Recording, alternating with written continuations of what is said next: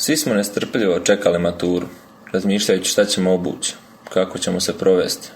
To je bio jedan od najljepših dana našeg života, ali na kraju kada je došlo do posljednje maturske pjesme, svi smo plakali. 4. godina je godina iz koje smo svi ponijeli najlepše uspomene. Rastanak možda nije baš najlepša uspomena, ali je svakako nešto sa čim moramo da se suočimo. Baš zbog toga trebalo bi uživati u zadnjim maturskim danima, maturi, svemu lijepom što ona donosi, jer to će biti ipak ono čega ćemo se sjećati kada budemo bili daleko od kuće. 4. godina je za svakog srednjoškolca najljepša godina u životu. Najljepša, ali i najtužnija, jer svi nastavljamo nekim svojim putem. Vrijeme neprestano teče. Mi postajemo zreliji i naš život više nije onako bezbrižan.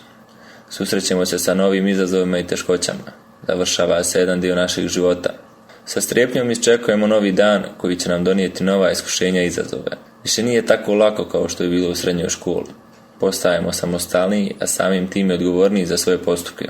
Strepimo za svoju budućnost i nadamo se. Živimo u vjeri za bolje sutra, za lijep život, ispunjenje svih naših želja. U susretu sa teškoćama, sa osmijehom se prisjećamo lijepih školskih dana, punih radosti, sreće i poželimo da se vratimo makar na kratko u one iste školske klupe. Da se prisjetimo kako smo šaptali, dobacivali, prepisivali, kako smo se smijali, igrali, svađali, gurali i tukli.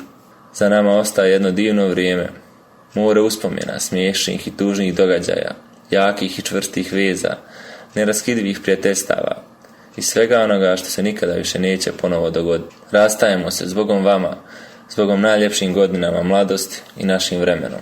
Pred nama stoji jedan novi početak, jedna velika životna raskrsnica, sa puno obaveza i zadataka koje će nam ponuditi više puteva. Jednim od njih ćemo poći, nadam se pravim. Prilog o maturantima realizovao Dejan Ristić iz Zvornika.